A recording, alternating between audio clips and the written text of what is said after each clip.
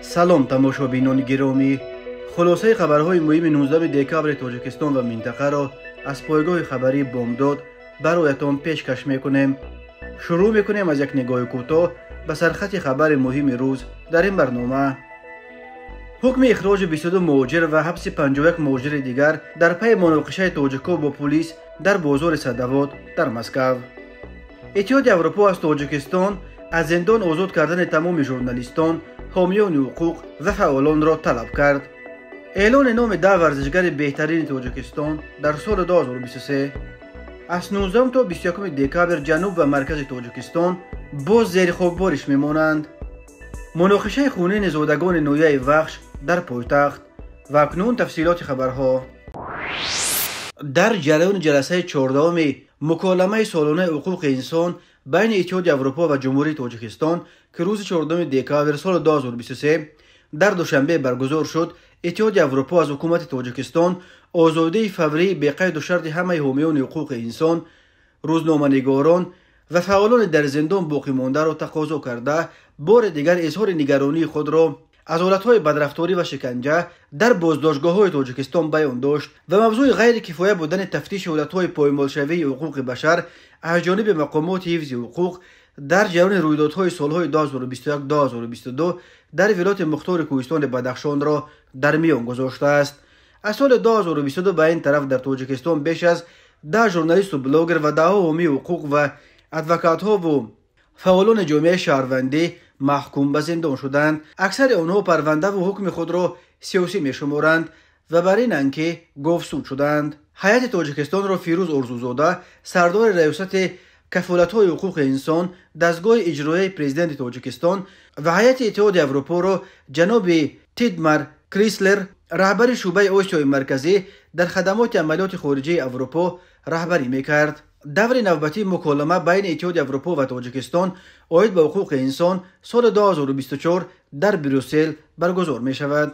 در جریان مکالمه عاید به حقوق انسان، اتحاد اروپا از تاجیکستان دایره وسیع سوژه‌های مربوط به حقوق انسان از جمله آزادی اتحادیه‌های آزادی بیان، محیط واو، آزادی دین و اعتقاد، اینچنین پیشگیری شکنجه، حقوق زنان و غیر تبعیض و اینچنین درخواست تاجیکستان را برای پیوستن به سیستم عمومی امتیازهای GSP+ و همکاری‌ها در فرم‌های بسیار جانبه را بررسی کردند. اتحاد اروپا همین طور بار دیگر اظهار نگرانی خود را از حالت‌های بدرفتاری و شکنجه در بازداشتگاه‌های کشور بیان کرده تاجیکستان را به ادامه تلاش‌های اصلاحات در مؤسسه‌های اصلاحی یعنی زندان‌ها تشویق کرد. ائتلاف 28 کشور اروپایی که با تاجیکستان به مبلغ‌های صدها میلیون یورو کمک‌های بلا عوض رسانیده است، یکی از دونرهای عمده تاجیکستان به شمار می‌رود.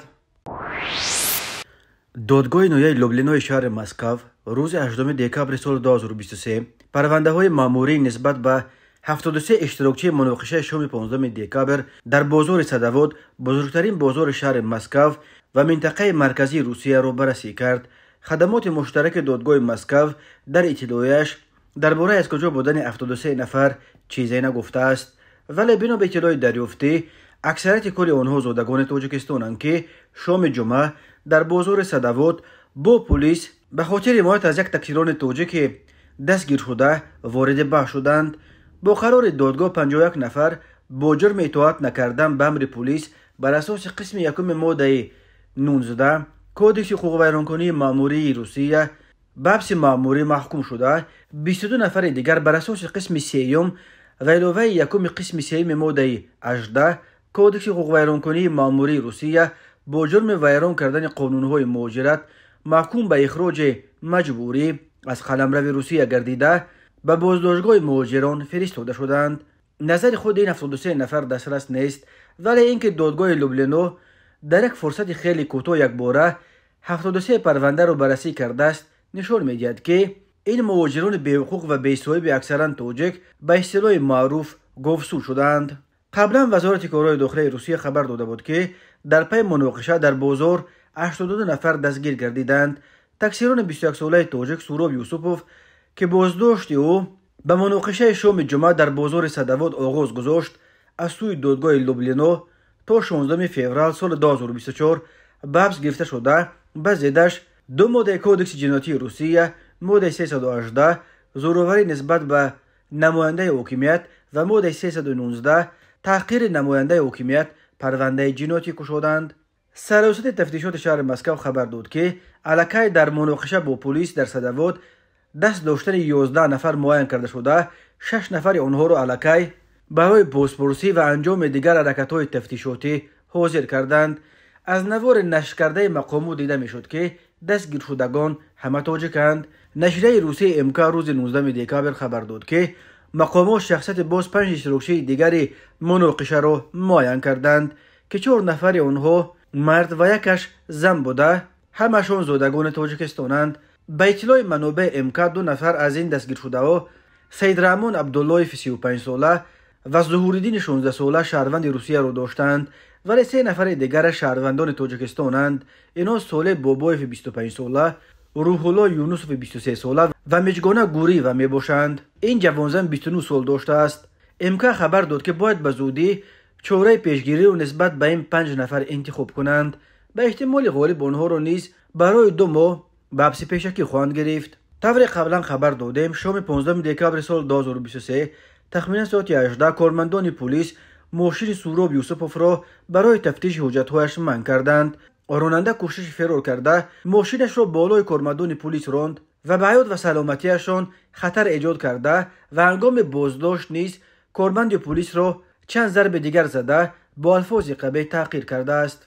ولی ماجران میگویند پلیس با یک شیوه بهرمانه راننده را دستگیر کرده به بدنش الکتروشوک زد و از بس که سهراب یوسفوف بیماری اپیلپسی داشته است از ضرب نیروی برق این بیماریش اوج گرفت و او از اوش رفته است. بازار صدوات که در حدود نویه لوبلینو در کناره‌های جنوب و شرقی پایتخت روسیه در پهلوی مکاد در میدان 40 گکتار جایگیر شده است. با بیش از 8000 مغازش بزرگترین بازار شهر مسکو و روسیه به شمار می رود. در بازار صدوات صدها زاده تاجیکستان کار می کنند. کمیته ولایت‌های فوق‌العاده تاجیکستان با تکیه به معلومات هواشناسان ساکنان و مهمانان جمهوری را خبردار کرد که از 19 تا 21 دکامبر سال 2023 به دلیل تغییر آب و هوا در ناحیه‌های جنوب و مرکز ولایت ختلان، ناحیه‌های تابع جمهوری و در شهر دوشنبه احتمال خاکبارش یا باد افغانی پیش بینی کرده می شود. این باد پرچنگ به طرف تاجیکستان از سمت قسمت جنوب و غرب از قلمرو افغانستان می وزد. بنا به اطلاع اگنتی هواشناسی خاکبارش باعث آلوده شدن هوا با گرد و چنگ حجم ذره‌هایش 10 امکیر می شود. در رابطه با تغییر محیط آب و هوا کمیته ولایت‌های فوق‌العاده از ساکنان خواسته است که در این روزها به آنهایی که از بیماری‌های دل و رگ، دیابت قند، دق نفس، فشار بلند رنج میبرند توجه بیشتر نشان بدهند. همچنین از ساکنان خواسته شده است که خانه‌هایشان را با لطه تر پاک کنند و در صورت ضروری نقاب طبی بپوشند. کمیته ولایت‌های فوق‌العاده برای پیشگیری از خطر این گونه هوا توصیه می‌دهد بیشتر آب تازه نوشید، تا حد امکان تریزه‌های خانه‌تان را پوشید. غیر از این شما می‌توانید تریزه‌های خود را با دوکه بپوشید و خطر ورود هر گونه ماده خطرناک کم می‌شود. اما همواره آنها را باید نمناک نگاه دارید. همیشه پیوسته هوای داخل خانه را پاک و تازه نگاه دارید. دختران در این گونه روزها پوشیدن هر گونه عینک‌های ارتباطی را اجازه نمی‌دهند. به آنهایی که گرفتار بیماری‌های دق نفس و راه نفسند توصیه داده می‌شود دوز داروهای استعمالی را در این روزها کاهش ندهید. همیشه با خود اینگالیاتورها داشته باشید. اگر طلبات به اینگالیاتورها از 6 مرتبه در یک روز زیاد شود حتما به دکتر مراجعت نمایید. در حالت پیش آمدن حالت فوق‌العاده به تلفن 112 و یا به قسم نوبتداری کمیته ولایت‌های فوق‌العاده با تلفن‌های 992 37 223 13 11 992 93 800 28 19 زنگ زنید. اساسیاسیون ژورنالیستان رشته ورزش تاجیکستان در ورزشگر بهترین سال 2023 را اعلام کرد. به اطلاع رئیس و شورای شناخته ورزش نرزولا لطیپوف بر اساس نتیجه گیری نظرهای خبرنگاران ورزشی به دگانه بهترین سال نمایندگان 3 نمود بوکس، گشتین جودو و گشتین کورش داخل شدند. در دگانه بهترین ورزشگران سال پهلوانان خوشنامی چون گشتینگیر سامان محمد بیکوف، تیمور رحیموف، بهروز حجازاده جایگیر شده. با این روی خط ستاره‌های جوان ورزش تاجیک به مثل مشزن دولت بولتاєв و گشتینگیران خیراندیش مرادزاده، امامعلی نورعلی و ابوبکر شیروف نیز راه یافتند. روی خط 10 ورزشگر بهترین تاجیکستان در سال 2023 چنین است: بهادر عثمانوف بوکس برنده مدال برنجی چمپیونات جهان در تاشکند. سامان محمدبیکوف برنده مدال طلایی بازی‌های 19 آسیا در هنگژو چین در وزن تا 81 کیلوگرم. دولت بولتاєв برنده مدال طلایی بازی‌های 19 آسیا در هنگژو چین در وزن تا 92 کیلوگرم. تیمور رحیموف جودو برنده مدال نقره بازی‌های 19 آسیا در هنگژو چین در وزن 100 کیلوگرم. میجگان صمد و بوکس برنده مدال برنجی بازی‌های 19 آسیا در هنگژو چین. بهروز حجازاده جودو برنده مدال برنجی بازی‌های 19 آسیا در هنگژو چین در وزن تا 73 کیلوگرم. خیراندیش مرادزاده کورش برنده مدال برنجی بازی‌های 19 آسیا در هنگژو چین. امامعلی نورعلی جودو برنده مدال طلای توسکولای بزرگ در وزن تا 66 کیلوگرم در تاشکند. ابوبکر شیروف جودو برنده مدال برنجی چمپیونات جهان میان جوانان در وزن 73 کیلوگرم. فریناز عبدالله و بوکس برنده مدال نقره چمپیونات جهان میان دختران در وزن تا 52 کیلوگرم در اریوان ارمنستان.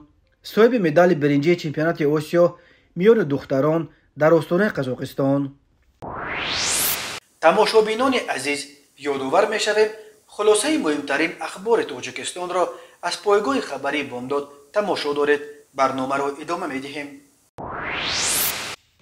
مرکز مطبوعات وزارت کارهای داخلی تاجیکستان روز 19 دکامبر سال 2023 خبر داد که در نتیجه گذراندن چهاره‌بینی اپراتیوی جستجویی از جانب کارمندان میلیسیا، جوان 19 ساله ساکن نویه وخش با گمان قصداً رسانیدن ضرر وزنی به سلامتی دستگیر کرده شد.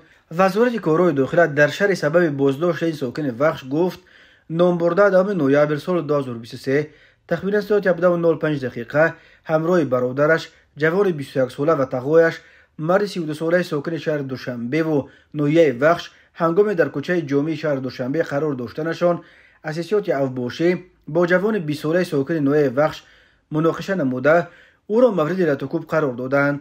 گمان برشونده با مقصد قصداً رسانیدن ضرر وزنی به سلامتی از جیبش کارد خود را برآورده به شکم جبر دیده یک مراتب زده است که در نتیجه به سلامتیش جراحت وزنی جسمانی برداشته است.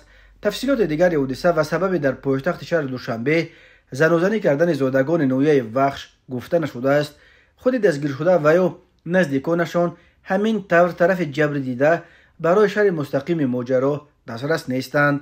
وزارت کارهای داخلی گفت نسبت به گمان برشونده پرونده جنایتی آغاز کرده شده تفتیشات ادامه دارد.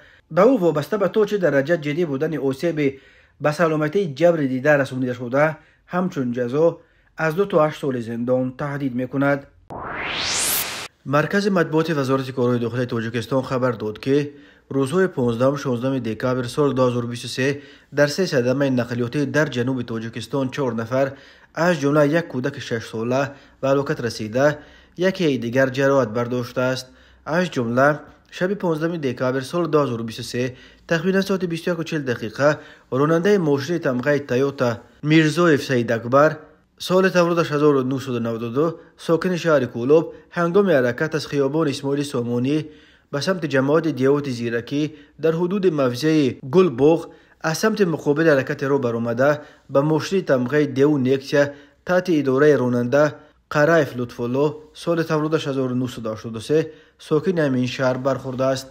در نتیجه راننده ماشین تمغه دیو نیکسیا قرایف و مسافرش پولوت و ریحانه سال تولدش 1982 ساکن شهر کولوب جراحت‌های وزن جسمانی برداشته در جای حادثه به هلاکت رسیدند. راننده ماشین تمغه تویوتا میرزایف جراحت جسمانی برداشته در بیمارخانه بستری گردیده است. نیمه دوم روز 15 دکامبر سال 2023 تقریبا ساعت 16:30 دقیقه راننده ماشین تمغه اوپل استرا قربانوف حکمیدین سال تولدش 1996 ساکن نویه جامی هنگام حرکت از سمت شهر بختر به سمت شهر دوشنبه در حدود جماعت دیهات آریون نویه کوشانیان از عهده اداره واسطه نقلیات نبرآمده پیادهگرد خرسال تاووشف یوسینجان سال تولدش 2017 ساکن نویه مذکور را پخش نموده است. در نتیجه کودک 6 ساله جراحت‌های وزن جسمانی برداشته در جای حادثه به هلاکت رسیده است. شب 16 دکامبر سال 2023 تقریبا ساعت 02:00 دقیقه راننده ماشین طبقه اوپل استرا محیدین مومنجان نجم دینزاده سال تولدش 1992 ساکن نویه 5 هنگام حرکت سمت شهر باختر به سمت نویه 5 در شورای دوشنبه 5 پایان در حدود نویه بلخی از حوزه دوره واسطه نقلیات نبرآمده پیادهگرد عبدالرسولوف شریف سال تولدش 1955 ساکن نویه خوبالینگ را پخش نموده است. در نتیجه پیادهگرد عبدالرسولوف جراحت‌های وزن جسمانی برداشته در جای حادثه به هلاکت رسیده است. اوید بین حادثه و تحقیقات ادامه دارد. راههای تاجیکستان از لحاظ صدمه‌های مرگ‌آورش پرخطر دانسته می شود. هر سال بر اثر صدمه‌ها در راههای تاجیکستان تا 400 نفر به هلاکت رسیده، بیش از 1200 تن دیگر معیوب می شوند. به شعبه وزارت کارهای داخله در نویه شاه منصور با عریضه مرد 36 ساله ساکن شهر دوشنبه مراجعت نموده است که 16 دکامبر سال 2023 تخمین ساعت 22:00 دقیقه به خانه استقامتی شخصان نامعلوم در آمده او را مورد لطکوب قرار دادند و یک عدد انگشترین نخورگی، یک عدد ساعت دستی، یک جفت پایافزال و 85 تومانی را به طریق زورآوری تصرف نموده از جای حادثه غیب زدند. هنگام گذراندن چهاره‌بینی‌های اپراتیوی جستجویی از جانب کارمندان میلیسیا، دو مرد 42 ساله ساکنان پایتخت، یکیش پیش با ماده 248 کودکس جنایتی جمهوری تاجیکستان سود شده است، با گمان غارتگری دستگیر کرده شد. این چنین به شعبه وزارت کارهای داخله در نویه شهر نو با عریضه مرد 48 ساله ساکن نویه مذکور مراجعت نموده است که 14 اکتبر سال 2023 تقریبا ساعت 19:30 دقیقه هنگام در حدود دیهه فیضبخش قرار داشتنش شخصان نامعلوم او را لطکوب نموده به طریق زورآوری یک عدد تلفن موبیلی را تصرف نموده از جای حادثه غیب زدند. هنگام گذراندن چهاره‌بینی‌های اپراتیوی جستجویی از جانب کارمندان میلیسیا نابالغان 17، 16، 15 و 16 ساله ساکنان همین نویه با گمان غارتگری دستگیر کرده شدند. اوید بین حادثه و تفتیشات ادامه دارد. ضمن برگزار نمودن چهاره‌بینی‌های اپراتیوی جستجویی از جانب کارمندان میلیسیا نابالغ 17 ساله ساکن شهر خوجند با گمان صادر نمودن جنایت دزدی دستگیر کرده شد. گمان برشونده 11 دکامبر سال 2023 ساعت 02:40 دقیقه با روی پنهانی به حجره کاری باغ فرهنگی و فراغتی نوروزگاه که به مرد 29 ساله ساکن شهر خوجند تعلق دارد وارد شده از داخل صندوق آهنین که در حالت گشوده قرار داشت 5000 سومانی را دزدیده است. نسبت به گمان برشونده پرونده جنایتی با ماده 244 قسم 2 کودکس جنایتی جمهوری تاجیکستان آغاز شده است. تفتیشات ادامه دارد. این چنین هنگام گذراندن چهاره‌بینی‌های اپراتیوی جستجویی از جانب کارمندان میلیسیا مرد 30 ساله ساکن شهر خوجند که قبلا 2 مرتبه با ماده 244 قسم 2 کودکس جنایتی جمهوری تاجیکستان سود شده است همچون گمانبر در صادر نمودن جنایت دزدی دستگیر کرده شد. گمان برشونده 16 نوامبر سال 2023 تقریبا ساعت 8:00 دقیقه هنگام در مهمانخانه بازار مرکزی پنجشنبه قرار داشتنش از بالای میز نشست یک عدد لباس بالاپوش مرد 33 ساله ساکن شهر پنجکند را که در داخل جیبش 40,000 روبل روسی داشته است دزدیده از جای حادثه غیب زده است. نسبت گمان برشونده پرونده جنایتی با ماده 244 قسم 2 کودکس جنایتی جمهوری تاجیکستان آغاز کرده شده تفتیشات ادامه دارد. تماشابینان عزیز و گرامی، این بود مرور به خلاصه چند خبر مهم امروز تاجیکستان. خبر و گزارش‌های بیشتر از تاجیکستان و درباره تاجیکستان و اطراف آن را در سامانه پایگاه خبری بامداد در این نشانه پیگیری نمایید: www.bomdad.com. خوش باشید.